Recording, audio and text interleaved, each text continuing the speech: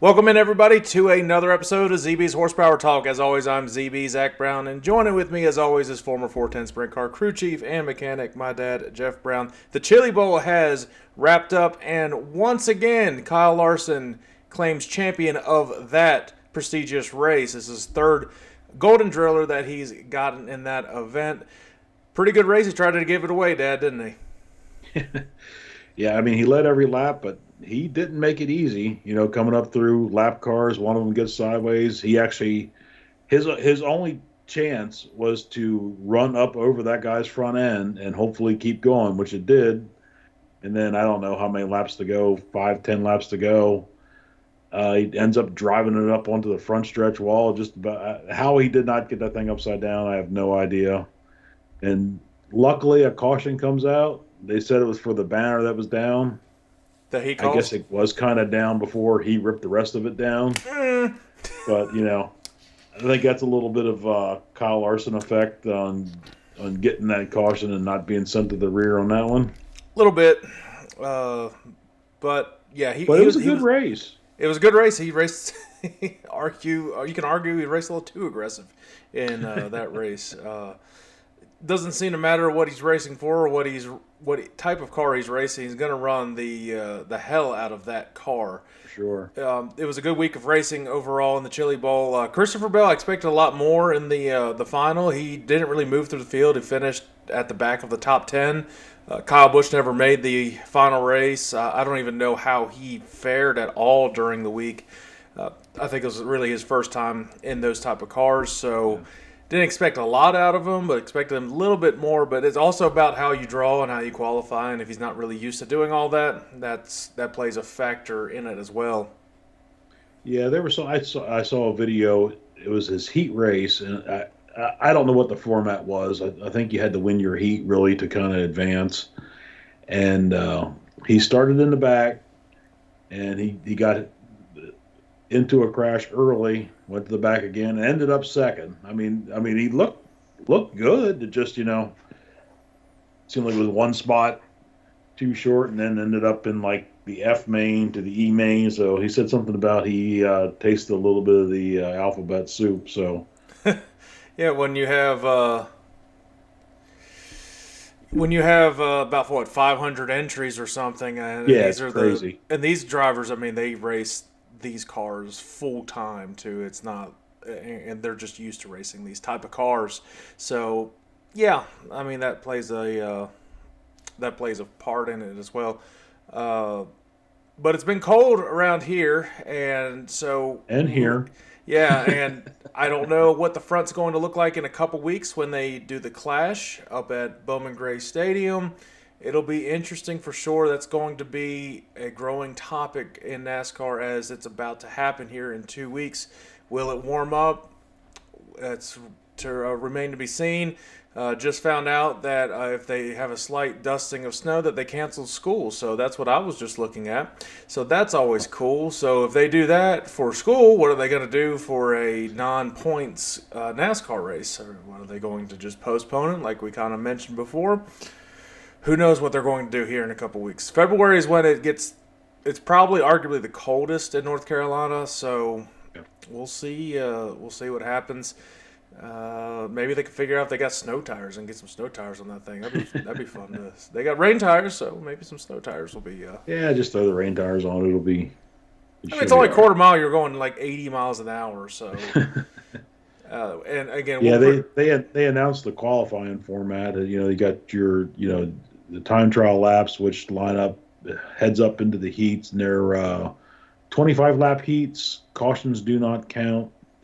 I think that's and then similar. The top 20 are locked into Sunday's A main. I think that's similar to what they did out in the Coliseum. Yeah, it's pretty much the same kind. I don't know what kind of work they did with the track.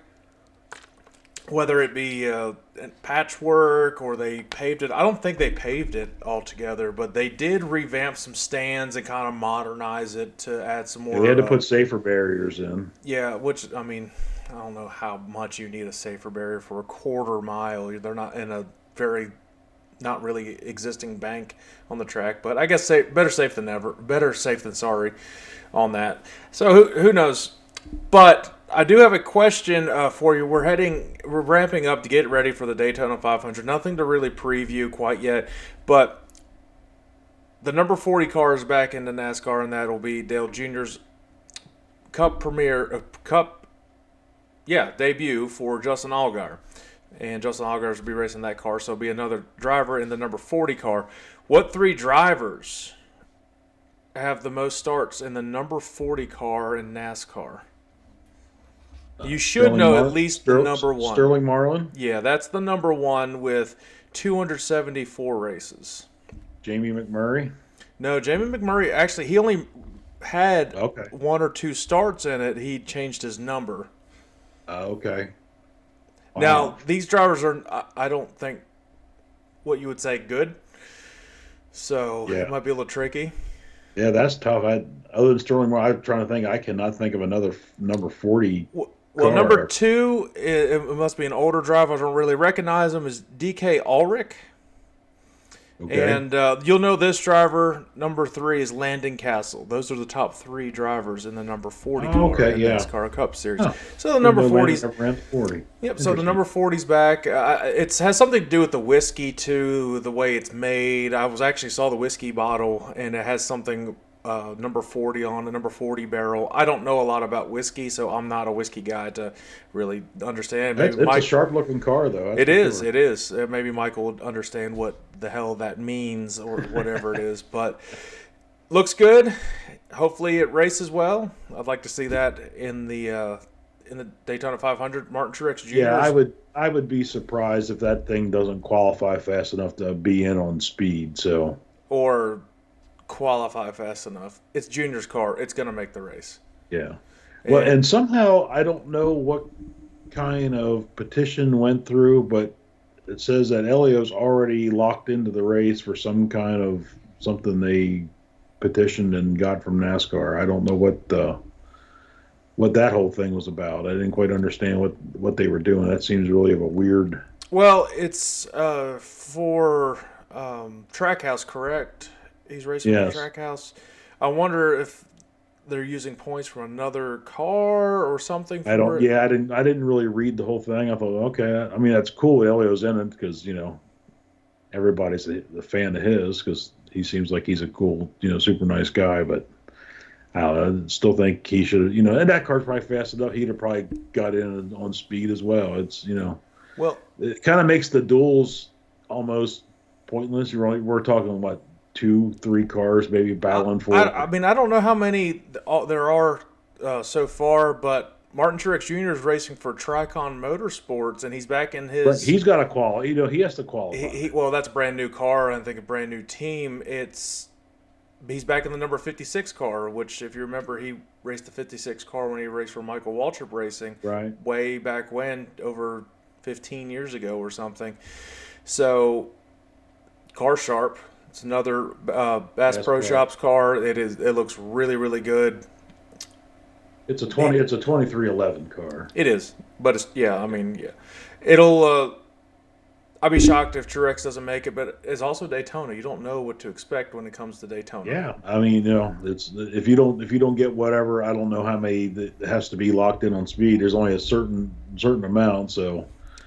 If you don't get that and, you get involved just one little crash, I mean, you could be running right up front and get into a crash. So you never know anymore with these super speedways. Well, they already have odds for the Daytona 500 for the winner, and it's on some. Well, yeah, it looks like all of them right now, and I would take your money now, folks, because I just pulled up the odds, and everything starts at over plus 1,000 on everybody, literally everybody. So that's bound to change as it gets closer. So if you have a hunch on somebody you think might win the Daytona 500, right now they're showing Kyle Busch as the favorite. And again, it's the Daytona 500. Nobody knows. You might as well put some money on Justin Allgaier while you're at it because the Daytona 500. The worst odds are Elio at plus 6,500. I mean, and again, it's one of those. It's like there is no favorite for a Daytona 500. You might have a good idea where people might finish, but wrecks happen anywhere. So we will see. Now, I do want to do a fun game today. We're All right. not keeping it too long because, again, not a lot of racing right now, but trying to stay on a little consistent schedule-ish, at least a weekly schedule. So, and hopefully this will make a little fun thumbnail and a fun little segment I'll cut as well. Can you name these racetrack foods with which racetrack they belong? Okay. And I'll give you easy, and we'll probably go to the hardest. Okay. So I'm going to describe what they are. This is going to give it away right away. Is a steaming red hot dog on a steam bun, mustard, chili, onions, topped with vinegar-based slaw. Martinsville's hot dog. Martinsville hot dog, because I couldn't give the name away because that's literally what the name is. All right. This might give away the name too, so I'm going to describe it. Softball-sized meatball holds a delicious surprise, a blend of pulled pork, cheeses, and barbecue sauce. I don't know, but that sounds great. And the name of this is the Big One Meatball. Uh, and I don't know that Daytona. The other one. Oh, Talladega. Talladega Where the Super hell is Speedway this? has the Big How did One we not ever have Meatball. that? Yeah. That looks. I'm going to Okay. put pictures up on the screen too, so that's Wow. going to look fantastic. We were there twice and never saw any damn meatballs. Well, it's probably on the other side where you had to walk 800 other miles Yeah. to find it, and you'll probably run into people, or people run into you while you're on your way Yeah, there. the whole pulled pork was making me think of Charlotte because with pulled pork in North Carolina, but I don't think Charlotte actually has a specific signature dish. They have overpriced chicken tenders that are like $18. All right, the next one, the pierogi burger. Features a pan-fried potato and cheese pierogi on top of a burger patty, accompanied by a secret sauce, lettuce, and grilled onions. I don't know. That's another one's a pierogi burger. Wow, that's got to be a Northeast thing, like Pocono. No, but you're in the right area. Well, right section of the country. Uh, New Hampshire? That wouldn't be. That Go would be the down a lobster. little bit more. There's only one other track. It can't be Dover, Delaware. That'd be crab Go up a cakes. little bit more. It's the only track that race in New York.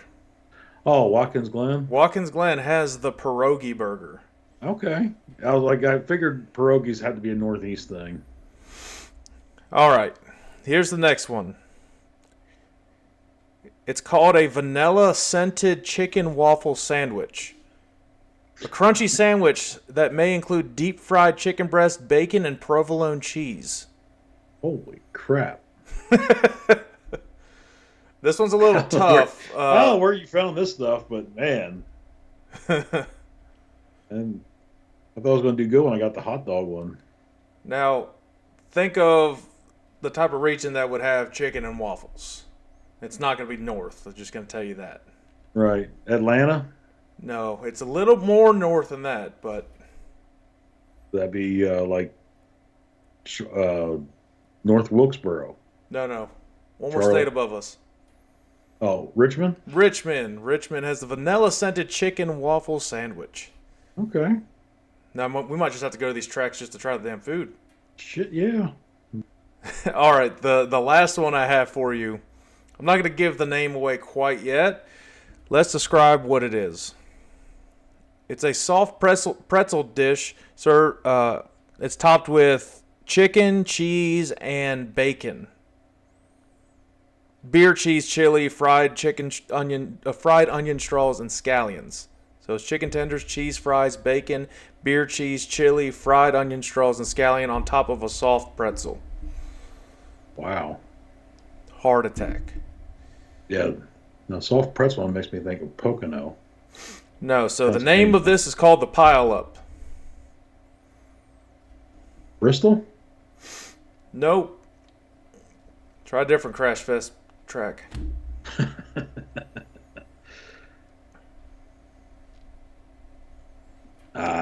I give The up race on on that one. Mom's birthday. Oh, Daytona. Daytona has the pile up, and that Okay. thing looks absolutely amazing. And I don't know how you would eat it. You'd have to eat it at the February race because there's no way you could eat that in the late August race or whatever, whenever they race it, because that would just be too hot. You'd feel like death out there, especially if it rained out in I the don't. next I don't days. know. Other than the hot dogs, I've never seen anything about any of that food. I think you're making stuff up now. I promise I want to make this up. I look this stuff up. Now I think you have to specifically get it from like their Speedway restaurants and stuff, and it might cost $35 each on each thing. I'm just saying they have it. See, now I was figuring like crab cake from Delaware or the I wasn't gonna make it that easy. what was the thing we had at Eldora? Oh, the The tenderloin. tenderloin. Yeah. Tenderloin Yeah, sandwich with tenderloin was this big and the bread was this big. yeah. The Fantastic. tenderloin size of a paper plate, and the bun is just just a hamburger bun. Yeah, it Good was stuff. fantastic. I mean, it just yeah, it's all you need. It was great. Yeah, so little fun segment there. That really is going to do it for today. We didn't have a lot to preview. Just want to have a little fun with that. We'll have some of these fun little segments dropped in each week as we start getting ready for the Clash, which it is next week Yeah. because it Championship Sundays this week and the Clash is next week. So we'll see when we record it next week if we're pissed off about the results from Sunday. And then, or we'll I am wearing green. Go Birds. yeah, that's the only time you can wear green on all of this before the racing season. Can't wear green during the racing season because if anybody knows about superstitions, that's one of them. It's us, that's for sure. Damn right it is. I've worn the same damn Eagles gear every single Eagles thing. That's how superstitious we are. And then we're going to figure it out how we can Hey, do it for I the can racing attribute season just too. about every crash or blown motor to somebody on the hauler wearing something green. Peanut shells. Sons of bitches. Yeah, that type of stuff. All right, well, everybody, make sure you like, subscribe, share, follow anywhere you get your podcast. Make sure you check out the YouTube channel. That's where we'll post a lot of these fun segments that we just did here. Where have you eaten? What places have you eaten at? What tracks have you eaten at that have just I don't know, phenomenal but food? we need to do a racetrack foodie segment because some Clearly, of that.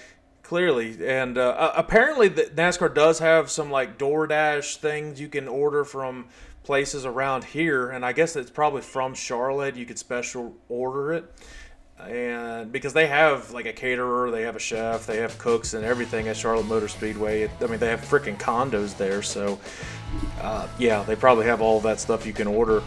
You'd have to special made, but yeah, those ones that I mentioned, those are specific to those tracks. So just another reason to get out there and try different They don't talk about any tracks. of that on TV other than the hot dogs, which we had the hot dogs, and it's a hot dog. Yeah, It's- but I mean that's the best deal going at all the things because they're $2. Yeah. I mean Yeah. that's and especially if you have a kid with you, like I brought Chandler with Yeah. me, that's the best and they're thing still you can making have. $1.75 off each hot dog they're selling. So. Yeah, I mean they're great, taste good enough for me. I mean anything goes well with beer. So all right, well we will see you guys next week as we preview the Clash and get ready for NASCAR season. It's about to start. Yep. All it's got to do is warm up a little bit. Hopefully, see you guys then.